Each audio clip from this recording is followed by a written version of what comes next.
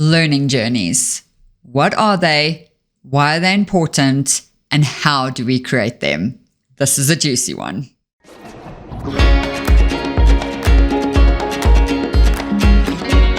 Hey, let's talk all things learning journeys. I will explain what a learning journey is, why we should care, and a step-by-step on how we go about creating one. As always, I want to add as much value as possible, so stick around to the end where I am going to show you an example of an onboarding learning journey I created. First, the boring part. What is a learning journey? A learning journey is a storyline of how a person will go from where they are, let's say a nervous newbie, to where they want to be, a competent, confident, valuable employee. Next, we ask ourselves, why should we care? And this is how I see it. Imagine watching a movie. In the beginning, one character meets another, they fall in love, they get married, and they live happily ever after. That's it. That's the movie. No one will ever watch that. And here's why. We want to know the story, the journey. We're intrigued by that story as much as we are about the ending. So why not bring this into our learning? Tell the story of how people are going to get to that competence in their role. How are they going to go from that 0 to hero state? Learning journeys tell the story. Okay, so now that we're convinced that we need to create learning journeys, how do we go about doing this? If you've watched any other of my other videos, you're going to know what I'm about to say. Step 1 starts with speaking with people. In our onboarding example, this will include your latest new hires, their managers, and perhaps people who have been in the company for about a year. So they've learned the ropes, but they will still remember their onboarding experience enough that they can share with you what could have improved. Now we need to piece together the elements that will make up this beautiful story. Consider the entire ecosystem. It's not just the new hire that needs support. Going back to the onboarding example, this will include the recruiting team, the hiring managers, immediate peers of the new hires, the safety department if there's compliance training, departmental heads if you're focused on a specific role or function, and of course the new hires themselves. But we don't stop there. Think about the people, yes, of course, but also the processes and the systems and everything that surrounds this new employee. What are the benefits, laptops, safety gear?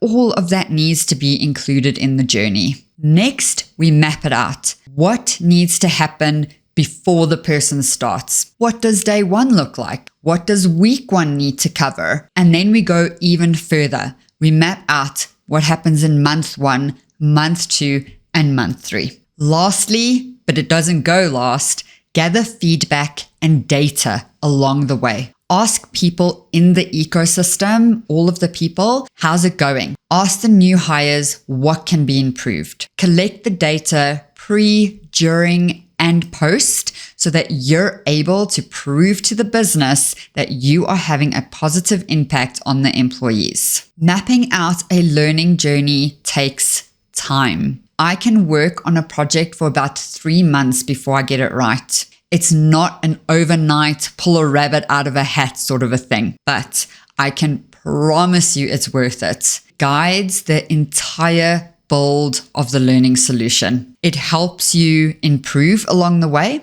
and it's really a document that I go back to over and over again to make sure we're on the right track. And now, because you have stayed till the end, this is your bonus.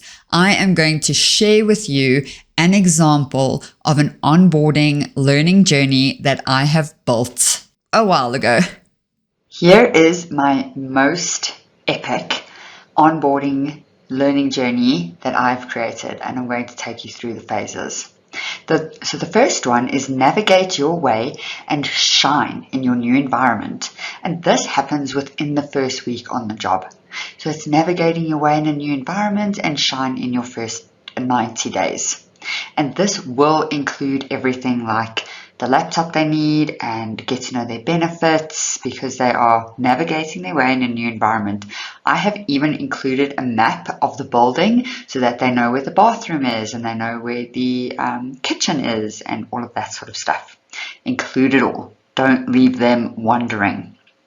The next is learn more about us. And that is learn about the company. So here we might do your values and the culture. The navigating the systems is really important. So what systems are they going to work on? Make sure they have access. We then have the must do's. So which forms do they have to fill in? What access do they need? And then the end of week 1 checklist. I always have a checklist at the end of every week. The third one is get to know the people you work with. This part would include that induction. So if you have a in-person or virtual induction day, then that is where this would come in. You then get to know your manager and the department and your team. And I actually create conversation guides so that no one is nervous of, I'm meeting my team for the first time. What do I ask them? What do I need to know about them? And then, of course, the checklist again.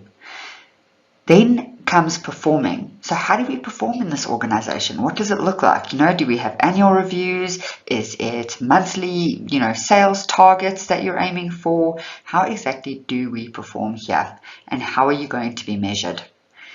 Of course, checklist again. Then comes the end of week 4. So this all happens within the first month. And here is your career. And yes, I will include a development plan right from the get-go. My trusty checklist, and then lastly, being a team player. So how do we work here? What does a high-performing team look like?